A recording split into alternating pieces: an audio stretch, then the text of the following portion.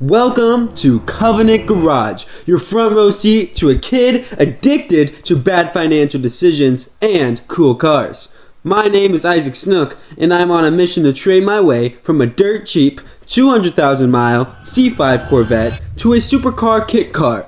The catch, if I don't make it happen in the next 9 months, or if I fail to hit 5,000 YouTube subscribers, I'm forcing myself into homelessness.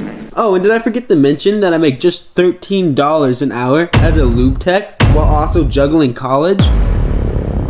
It was the start of a new week, and fresh off of a $1,000 profit from flipping a boring car, my confidence was sky high, too high. Instead of waiting for the perfect flip like I did with the Saturn, I jumped on the first thing that caught my eye. A racing go-kart. Hey guys, welcome back to part 2 of the series of flipping vehicles and other side hustles until I buy my supercar kit car, the Groulon GT8 Grand Prix, that turned my stock automatic C5 with 200,000 miles into a supercar and turn it into a time attack car to dominate the hills. But I got banned from Facebook Marketplace by my mom. I don't know why I said mom, I'm not British. But anyway, she said, you got a project car, it's a Cobalt SS supercharged that I did an engine swap on before I had ever done an oil change. And she said, no more Facebook Marketplace until you get that thing running. So I said, okay mom, okay. I'd already sold 2 cars, so I figured it was fair.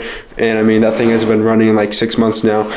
But I found a deal while I was looking at racetrack properties. I know you guys are saying to yourselves, why the heck am I buying a shifter cart that is only $900 and it probably performs less than some of the more expensive ones? I never got to have cool toys like 4-wheelers or dirt bikes growing up. I have got the privilege of riding them because I have a bunch of redneck buddies, but I always wanted my own, and I feel like this is the first step into kind of becoming a real Kansan. Well guys, out of respect for the owners, I did not want to film the process at all, but here it is, the racing go-kart in all of its glory. It looks a little goofy, but we got it for $1,800.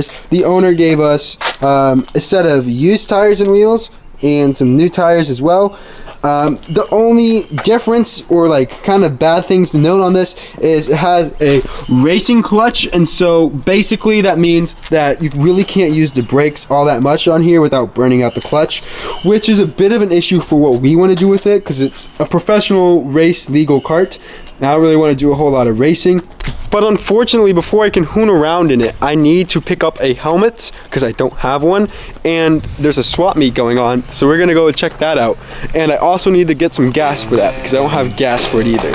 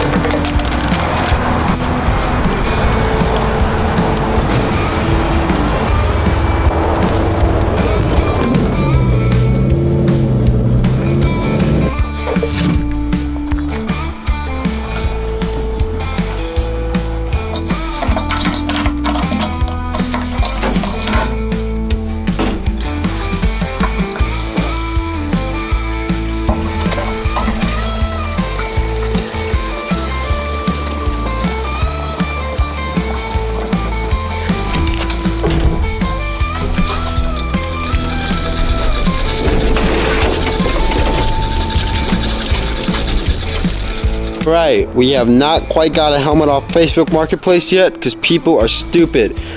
But I got a baseball helmet and got some ski goggles. It's good enough for a redneck like me. So let's see if this thing will start.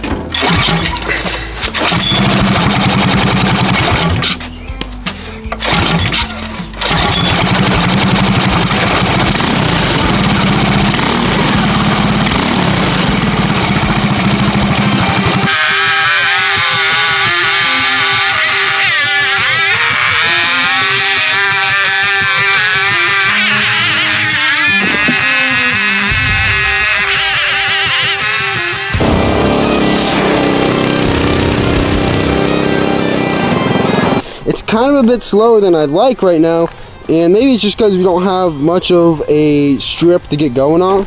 I call this my personal drag strip, and it looks a little bigger than it is on camera, but in reality, when you gotta slow down, it's just not that long. Alright, as you guys probably noticed, the go-kart is not that fast. It's not hitting 90 miles an hour anywhere close. And I think I know why. Excuse the baseball helmet, I'm stupid. Yeah, I'm just gonna, you know what? And anyways, I think I know why. So, this go-kart is a racing go-kart with a racing clutch. And it kind of like blips the throttle. It's like until it gets up to a certain RPM. That's when it goes wide open and you actually get some speed, and it doesn't have any signs of slowing down. The problem is there's too many cars on the street right now, and my personal drag strip is not long enough for me to really see how fast this thing is.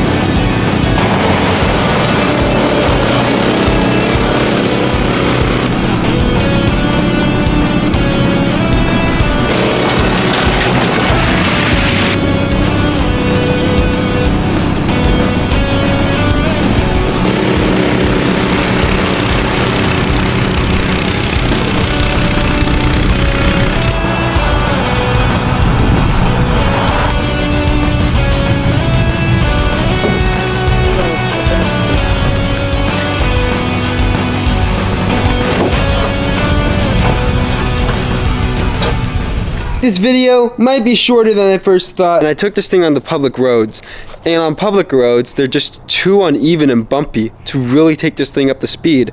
Earlier in the video it's probably going 30-40 miles an hour, and it was just too bumpy to really have a good time with. And it was pretty freaky, not gonna lie. So what we're gonna do is we're gonna give this thing a good detail, and we're just gonna go ahead and list it, which is gonna mean that this video will be probably shorter by a long shot than the last one in the series. But also let me know that there is something else I want to look for in the future, and that is cars that can either go off-road that we can flip, or cars that are just boot cheeks fast on the street that we can flip. So that'll be what we look for in the next video. But while we're on this, let's go ahead, flip this, and get some money so we can make the next video.